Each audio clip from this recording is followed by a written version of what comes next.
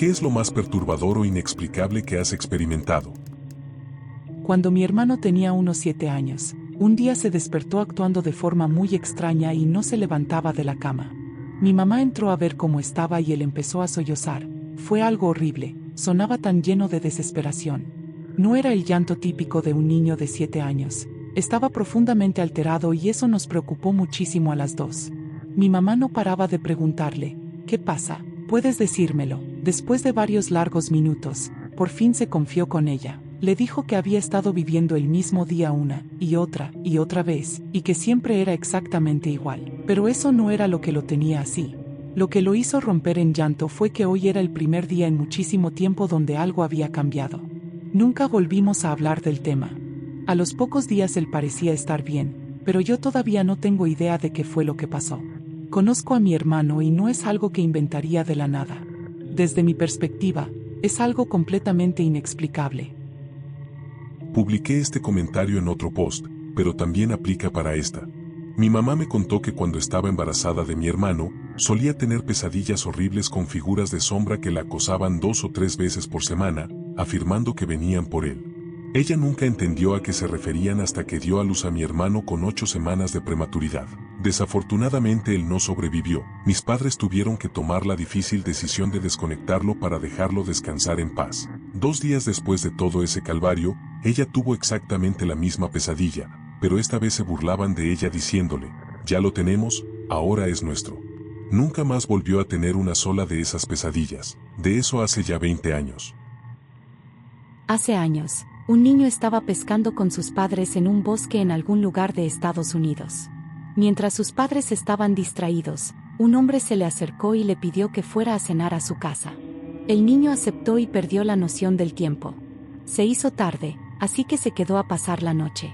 A la mañana siguiente, desayunó en la casa del hombre y le pidió que le enseñara el camino de regreso, ya que sus padres debían estar preocupados. El hombre accedió, lo llevó de vuelta al lugar donde pescaban, se despidió y se fue. Cuando el niño regresó, sus padres y un grupo de personas corrieron hacia él llorando, porque al parecer llevaba varios días desaparecido, aunque él pensaba que solo había estado fuera menos de un día. Cuando le preguntaron dónde había estado, se giró para señalar la casa donde había cenado y dormido con el misterioso hombre, pero la casa ya no estaba. Tanto sus padres como las personas que lo buscaban reportaron haber escuchado un constante tamborileo nativo durante todo el tiempo que el niño estuvo perdido. El sonido de los tambores cesó en cuanto lo encontraron.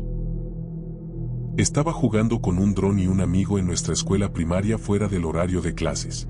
Fui a recoger el dron y, en el momento en que lo tomé, se puso increíblemente neblinoso y silencioso. Volví por el mismo camino por el que vine, ya que ahí era donde estaba mi amigo. Seguí corriendo en esa dirección, pero la niebla solo se hacía más densa y sentía claramente que alguien me observaba. Con el tiempo, mi amigo simplemente apareció y la niebla desapareció de golpe. Yo, qué raro cómo se fue la niebla así de la nada. Amigo, ¿cuál niebla? Yo, sí, estuvo súper espeso por casi 10 minutos. Casi no podía ver nada. Amigo, no han pasado ni 10 minutos. Yo, pero si estuve corriendo de regreso para acá por lo que se sintió como una eternidad. Amigo, no, te quedaste parado en el mismo lugar como por 30 segundos. Hasta el día de hoy, todavía no tengo idea de qué fue lo que pasó. Solía trabajar como asistente en una antigua mansión de Nueva Inglaterra que habían convertido en un museo de arte. El sótano y los antiguos aposentos de la cocina se transformaron en la tienda del museo, y las salas traseras en galerías más pequeñas. La escalera del servicio daba a un pasillo muy estrecho que conducía hacia los cuartos traseros del sótano o hacia la parte delantera de la tienda, todo bajo el nivel del suelo. Las escaleras se mantenían cerradas con llave para todos, excepto para el personal, y la única forma de acceder al sótano era entrando desde el patio exterior a través de una puerta situada justo al lado del mostrador de la tienda. Frente al mostrador, en la esquina superior, había un televisor antiguo instalado que mostraba las cámaras de seguridad de las galerías traseras, pero la pantalla solo cambiaba de toma cuando se detectaba movimiento en la zona. Era una noche de finales de invierno. Me quedé hasta tarde haciendo la tarea mientras los dueños estaban en Nueva York. La única otra persona en todo el edificio debía ser el administrador, que yo sabía que estaba trabajando en el cuarto piso. Estaba pasando el rato en el mostrador del sótano cuando escuché un ruido en las galerías del fondo. Asumí que era algún visitante que intentaba salir, pero nadie aparecía por el pasillo. Así que llamé hacia el fondo avisando que el museo ya estaba cerrado y que con gusto les mostraría la salida trasera. Nadie respondió, pero la cámara de seguridad empezó a cambiar entre diferentes galerías completamente vacías. Apenas un poco inquieto, tomé el teléfono para llamar a mi administrador cuando, justo al otro lado del mostrador, un exhibidor giratorio lleno de postales clásicas comenzó a dar vueltas lentamente. Creo que la cara que puse fue más de sorpresa que de otra cosa. Era un estante pesado y antiguo, y se necesitaba cierta fuerza para hacerlo girar, pero cuando el giro se detuvo de golpe y empezó a dar vueltas en la dirección opuesta, simplemente dije, hasta aquí, y salí huyendo de ahí. Hasta el día de hoy no sé si esto sucedió realmente o si solo lo soñé. Una noche me desperté en medio de la madrugada con los ojos cerrados y los hombros levantados de la cama, como si estuviera haciendo la mitad de un abdominal.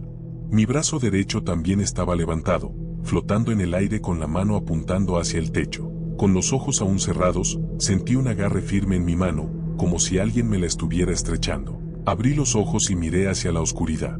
Aún sentía esa presión tan firme en la palma de mi mano. Percibí una presencia masculina, pero no podía ver a nadie. Después de unos segundos, mi brazo y mis hombros cayeron y me volví a dormir. Le conté esta historia a mi mamá, con quien vivía, 5 años después. Me dijo que ella a menudo sentía la presencia de un hombre mayor en la casa, y que una vez creyó verlo a altas horas de la madrugada. Yo era una madre joven con 2 hijos, de unos 8 meses y 3 años. Vivíamos en Pittsburgh en una casa victoriana antigua, algo muy común por allá. Acabábamos de regresar a casa después de un largo domingo de Pascua en casa de mi cuñado. Los niños estaban cansados y al día siguiente teníamos que levantarnos temprano para el trabajo y la guardería, así que nos apresurábamos a desempacar el auto y acostarlos. Subí corriendo y acosté a la bebé en su cuna. Mi esposo se quedó afuera desempacando y estacionando el auto.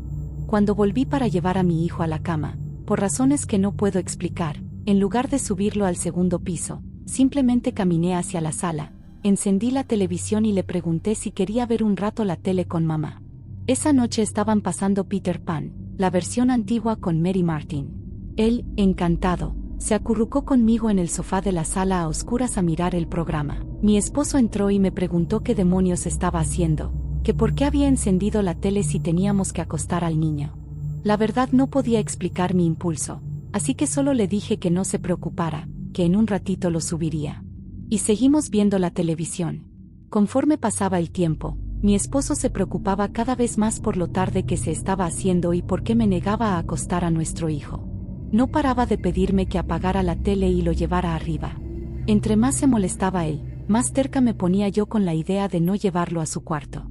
Sabía que esto no tenía sentido, ya que ambos sabíamos que debía irse a dormir. Usualmente éramos muy estrictos con la hora de ir a la cama y ya nos habíamos pasado por mucho. Además, casi nunca dejábamos que los niños vieran televisión. Mi esposo tenía toda la razón para estar molesto conmigo, porque me estaba comportando de una manera muy fuera de lo normal. Pero a pesar de sus súplicas, simplemente no cedía. Era desconcertante tanto para él como para mí. Era como si una parte de mí supiera que él tenía toda la razón, pero la otra parte estuviera completamente incapaz de explicar por qué actuaba tan raro y por qué estaba tan decidida a mantenerlo abajo y no subirlo. Justo cuando mi esposo empezaba a frustrarse de verdad conmigo, escuchamos un estruendo enorme en el piso de arriba. Nos miramos e inmediatamente corrimos hacia las escaleras. Vimos lo que parecía una nube blanca envolviéndose en la parte superior de los escalones y empezando a bajar. Ambos pensamos que algo había pasado en el cuarto de la bebé, como que su cuna se hubiera colapsado o algo grande se hubiera caído. Volamos hacia arriba y descubrimos que ella estaba bien, seguía dormida y nada en su habitación se había movido. Pero en la habitación de mi hijo vimos la nube de polvo blanco saliendo por la puerta. Miramos hacia adentro y vimos que todo el techo de yeso se había derrumbado. Solo quedaba el enmaderado. Pedazos gigantes y pesados de yeso grueso habían caído por toda su cama. Estaba completamente cubierta. Un trozo enorme yacía justo sobre su almohada, exactamente donde habría estado su cabeza si lo hubiéramos acostado al llegar a casa. Lo más probable es que habría muerto, o habría quedado gravemente herido. Pero, en lugar de eso, estaba abajo viendo a Peter Pan y Wendy. Hasta el día de hoy no puedo explicar por qué encendí la televisión ni por qué me negué a acostar a mi hijo como correspondía. Ni por qué me puse cada vez más terca a medida que mi esposo me rogaba que detuviera esa locura y volviera a la rutina. Había una fuerza muy potente dentro de mí en ese momento que realmente no podía ignorar, aunque sabía que lo que estaba haciendo no tenía ningún sentido lógico. Pero fuera lo que fuera, le salvó la vida a mi hijo. Mi esposo y yo estuvimos extremadamente agradecidos. Nunca me ha vuelto a pasar nada semejante. Mi hijo tiene ahora 38 años y 2 niños pequeños propios.